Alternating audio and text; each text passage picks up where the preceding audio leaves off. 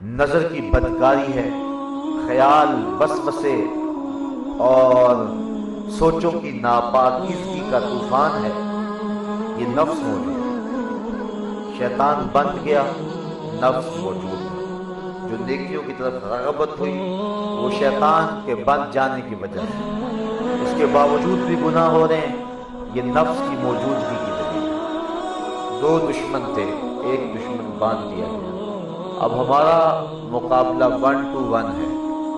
اگر ہم اس موقع پہ اپنے نفس کی سرکوبی کر دیتے ہیں اور نفس امارہ کو نفس مطمئنہ میں بدل لیتے ہیں تو پھر شیطان چھٹ کر بھی ہمارا کچھ نہیں بگاڑ سکے گا۔ لیکن اگر ہم روزے بھی رکھتے رہے، نمازیں بھی پڑھتے رہے، تسبیح و تحلیل میں بھی مشغول رہے، لیکن نفس سے چھٹکارا حاصل نہ کر پائے تو پھر مہینے کے بعد ہماری وہی حالت ہوگی جو اس مہینے سے پہلے ہماری حالت تھی۔ بزرگ کہتے ہیں کہ اگر کنواں پاک کرنا ہو تو پانی نکالنے سے پہلے جو اس میں کتا گرا ہوا ہے پہلے اس کو نکالیں۔ یہ دل کنواں ہے، نفس کتا ہے۔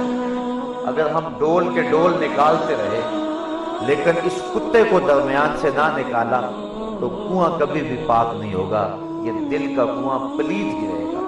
اگر دل کو اور من کو ستھرا کرنا چاہتے ہو تو اس نفس کی پلیدی سے جان چھڑانے کی کوشش کرو۔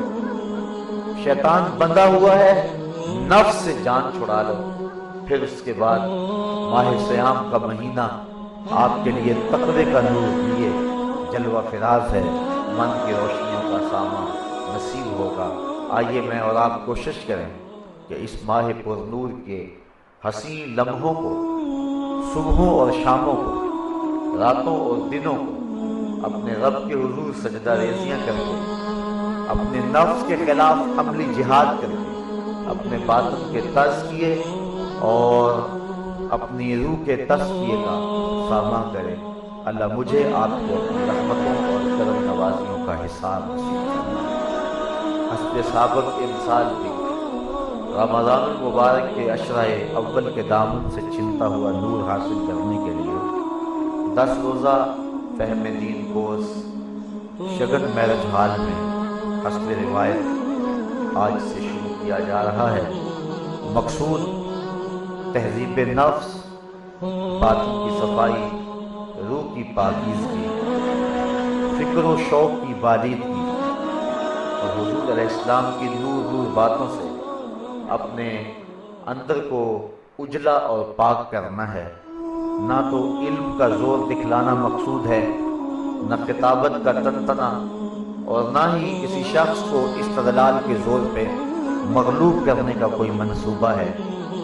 ایک درد مند دل کی ایک آرزو ہے کہ اللہ امت مسلمہ کو وہی کھویا ہوا مقام عطا کر دے۔ بٹکے ہوئے آہو کو پھر سوئے حرم لے چل، اس شہر کے خوگر کو پھر وسعت صحرا دے۔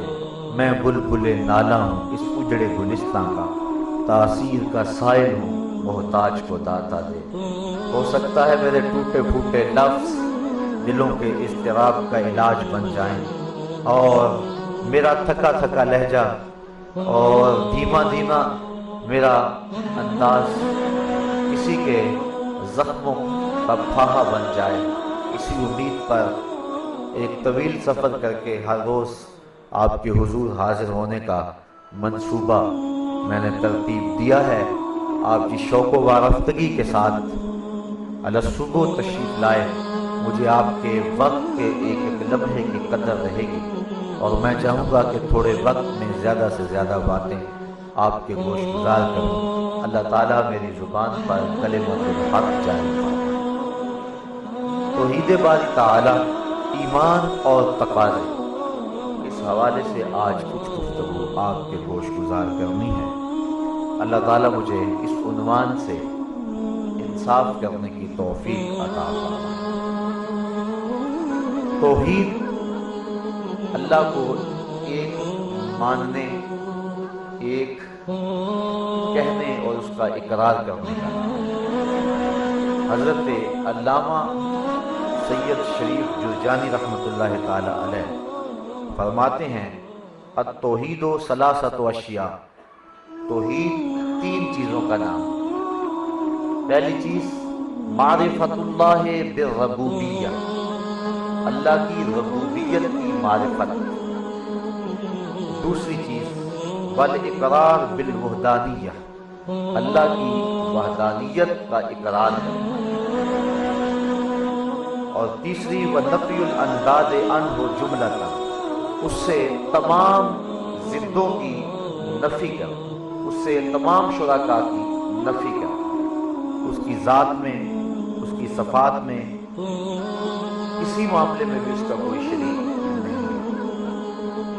تو توحید جب ان تین چیزوں کا نام ہے تو اس کے متضاد جو تین چیزیں ہوں گی انہیں کو پھر شرک قرار دیں۔ حضرت شاہ ولی اللہ محدث دہلوی علیہ رحمہ حجت اللہ البالغہ کے اندر فرماتے ہیں کہ توحید چار چیزیں۔ پہلی چیز صفت وجوب وجود،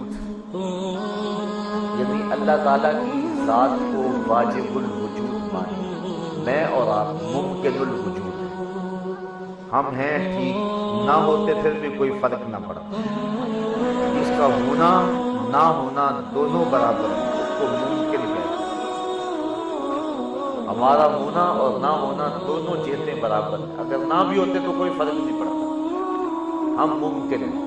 جس کا نہ ہونا ضروری ہو اس کو ممتنع کہتے ہیں، اللہ تعالیٰ کا شریک ناممکن ہے۔ اور اللہ تعالیٰ کی ذات واجب الوجود ہے، یعنی اس کی ذات کا ہونا ہی ضروری ہے۔ ایک تو اس کا ایک یہ توحید ہے۔ دوسرا ہر شے کا خالق اللہ کو جاننا۔ کائنات میں کوئی بڑی چھوٹی چیز ایسی نہیں ہے جس کو اللہ نے تخلیق نہ کیا۔ ہاتھی کا خالق بھی وہ ہے اور چیونٹی کا خالق بھی وہی ہے۔ اس اعتقاد کو توحید کہتے ہیں۔ تیسری چیز حضرت شاہ ولی اللہ محدث دہلوی فرماتے ہیں ہر شے کا مدبر صرف اللہ کو جانے، یعنی ہر شے کی تدبیر کرنے والا وہ ہے۔ وہ اس نے بہت سارے لوگوں کی ذمہ داریاں مختلف کاموں میں لگائے ہیں، لیکن تدبیر اس کے ہاتھ میں۔ مشرکین مکہ وہ کہتے تھے کہ تدبیر بتوں کے ہاتھ میں، اللہ تعالیٰ کے وجود کا وہ انکار نہیں کرتے تھے، لیکن تدبیر بتوں کے ہاتھوں میں مانتے ہیں۔ یہ ہندو جو بت پرست ہیں، ہماری ہمسائیگی میں بستے ہیں، یہ بھی تمام معبودوں کے ایک معبود کو مانتے ہیں اور اس کے قائل ہیں، لیکن بتوں کو ساتھ شریک مانتے ہیں، اس لیے وہ موحد نہیں ہوتے۔ مشرکین مکہ کہتے تھے کہ یہ بت اللہ کے بیٹے ہیں، اللہ کی بیٹیاں ہیں، اس کے معاملے میں شریک ہیں اور یہ خود تدبیر کرتے ہیں۔ یہ منافی توحید ہے۔ چوتھی چیز اللہ کے سوا کسی کو مستحق عبادت نہ جانے۔ ایک سیکنڈ کے کروڑویں حصے کے برابر بھی کوئی شخص عبادت کا مستحق نہیں ہو سکتا۔ حضرت آدم علیہ السلام کو جو سجدہ کیا تھا فرشتوں نے، وہ سجدہ عبادت نہیں تھا، وہ سجدہ تحجب تھا۔ دوسرے لفظوں میں اس کو تعظیمی سجدہ کہہ سکتے۔ یہ پچھلی شریعتوں میں جائز تھا، ہماری شریعت میں وہ بھی جائز نہیں۔ اب کسی کو عبادت کا مستحق سمجھتے ہوئے سجدہ کرنا شرک ہے، کفر ہے۔ اور اگر کوئی کسی کو عبادت کا مستحق نہیں سمجھتا اور تعظیماً سجدہ کرتا ہے تو ہماری شریعت میں یہ بھی حرام ہے، من وجہ شرک ہے، کہ دیکھنے والے کو یہ محسوس ہوگا کہ شاید یہ سے پوچھ رہا ہے۔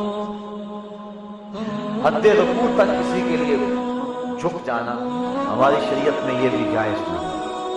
الانحناء للسلطان اور لغیرہ مکروہ، کسی بادشاہ کے لیے یا کسی اور کے لیے رکوع تک جھکنا ہماری شریعت کے اندر جائز نہیں ہے، اور اگر عبادت کی نیت سے جھکے گا تو کفر ہوگا، لیکن اگر محض تعظیم کے لیے جھکے گا تو پھر بھی جائز نہیں ہے۔ اگر کسی کے لیے قیام کیا جائے تعظیماً ہماری شریعت میں وہ جائز ہے، لیکن اگر عبادت کے لیے قیام کیا جائے تو پھر جائز نہیں ہے۔ کوئی شخص آئے اس کے استقبال میں کھڑا ہونا یہ حضور کے طریقے سے ثابت ہے۔ حضرت سعد آئے تو ان کی قوم کو حضور نے کہا قوموا لسیدکم، اپنے آقا کے لیے اٹھ کے کھڑے ہو جاؤ، ان کا استقبال کرو۔ تو یہ حضور علیہ السلام نے ترغیب دی ہے۔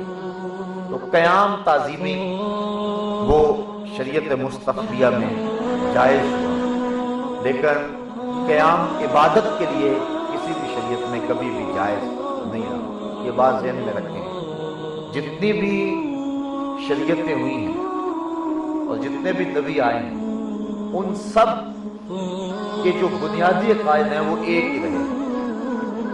70 امتیں ہوئی ہیں اور حضور علیہ السلام کی امت 70 کے عدد کو پورا کرنے والی، 313 رسل ہوئے ہیں، 4 کتابیں اور 100 صحیفے نازل ہوئے، اور 1,00,000 کے قریب انبیاء علیہ السلام جلوہ فراز ہوئے۔ ان سب کی جو بنیادی تعلیمات ہیں وہ ایک ہی، اس میں سر منہ بھی فرق نہیں، احکام میں فرق آتے رہے، لیکن اعتقادات جو بنیادی ہیں وہ ایک ہی۔ تو کسی دور میں کبھی بھی اللہ کے علاوہ ایک سیکنڈ کے لیے بھی کسی کو سجدہ روا نہیں رہا ہے۔ حضرت آدم علیہ السلام کو جو فرشتوں نے سجدہ کیا تھا، یا حضرت یوسف علیہ السلام جب تخت پہ جلوہ فراز تھے اور انہوں نے جو بچپنے میں خواب دیکھی تھی کہ 11 ستارے، ایک چاند اور ایک سورج مجھے سجدہ کر رہے ہیں، اور ان کی جب تعبیر دیکھی اور ان کی رشتے میں خالہ، ان کے والد گرامی حضرت یعقوب علیہ السلام اور ان کے 11 بھائی جب ان کے سامنے سجدہ ریز ہوئے تو وہ سجدہ تعظیمی تھا، سجدہ تحیت تھا۔ آج ہمارا تحیت کیا ہے؟ السلام علیکم، یہ ہے تحیت المسلم۔ جب ایک مسلمان دوسرے مسلمان کو ملے تو کہے السلام علیکم، کوئی کلام کوئی گفتگو کرنے سے پہلے السلام علیکم کہے، اس کا معنی ہے کہ تیری سلامتی، اور وہ بھی آگے جواباً کہے وعلیکم السلام، کہ تجھے بھی سلامتیاں۔ یہ ایک مومن ملاقات کرتے ہی دوسرے مومن کو ضمانت دیتا ہے کہ تیری عزت، تیرا مال، تیری آبرو، اس کو میری طرف سے کوئی خطرہ نہیں، میں تجھے سلامتی دیتا ہوں۔ اور وہ کہتا ہے میرے بھائی اگر تو سلامتی دیتا ہے تو میں بھی سلامتی دیتا ہوں، میری طرف سے بھی تجھے کوئی خطرہ نہیں ہوتا۔ یہ منافقت ہے کہ زبان سے السلام علیکم کہے اور نیچے سے جڑیں کاٹے۔ وہ کیا کسی نے کہا تھا کہ دوست ہوتا نہیں ہر ہاتھ ملانے والا، یہ منافقت کا انداز ہے۔ جب مومن کہتا ہے السلام علیکم، زمین بدل جائے، آسمان بدل جائے، سورج اپنی رفتار اور اپنا مدار بدل لے، چاند چاندنی دینا چھوڑ دے اور ستاروں کی روشنی ختم ہو جائے، لیکن مومن جب یہ عہد کرتا ہے اور یہ وعدہ دیتا ہے اپنے بھائی کو السلام علیکم، اس وعدے سے منحرف نہیں ہو سکتا۔ تو السلام علیکم کا معنی ہے تجھے سلامتی، اور یہ ہے تحیت المسلم۔ لیکن اس دور میں تحیت سجدہ کرنا تھا، تو فرشتوں نے سجدہ کیا حضرت آدم علیہ السلام، اور وہ بھی حضرت قاضی ثناء اللہ پانی پتی تفسیر مظہری میں لکھتے ہیں کہ اصل بات یہ تھی کہ حضرت آدم کی پیشانی میں محمد عربی کا نور چمک رہا تھا، یہ سجدہ اس نور کو ہو رہا تھا، اور یہ سجدہ ایک تعظیمی تھا۔ تو میری گفتگو کا مقصد یہ ہے کہ جو سجدہ عبادت ہے وہ کسی شریعت میں کبھی بھی ایک تھوڑے اور قلیل لمحے کے لیے بھی جائز نہیں ہوا ہے، یہ بات ذہن میں رکھیں، کیونکہ انبیاء علیہ السلام کی جو بنیادی جو تعلیمات ہیں وہ بالکل جو ہے ان میں کوئی فرق نہیں ہوتا ہے۔ اللہ کے علاوہ کسی کو مستحق عبادت نہ جانے۔ حضرت شاہ ولی اللہ محدث دہلوی علیہ رحمہ فرماتے ہیں یہ 4 چیزیں توحید ہیں۔ میر شریف جرجانی علیہ رحمہ نے اوپر جو تعریف میں نے آپ کے سامنے رکھی کہ اللہ کی ربوبیت کی معرفت، اس کی وحدانیت کا اقرار، اور اللہ تعالیٰ کی ذات سے جو ہے وہ شریک کی نفی کرنا، یہ توحید ہے، اور یہی توحید خالص ہے۔ اب اس عنوان کے ساتھ بہت کچھ کہا جا سکتا ہے، لیکن مجھے وقت کی تنگ دامانی کا بہرحال لحاظ ہے، تو یہ تو ہمارا بنیادی عقیدہ توحید کا ہوا۔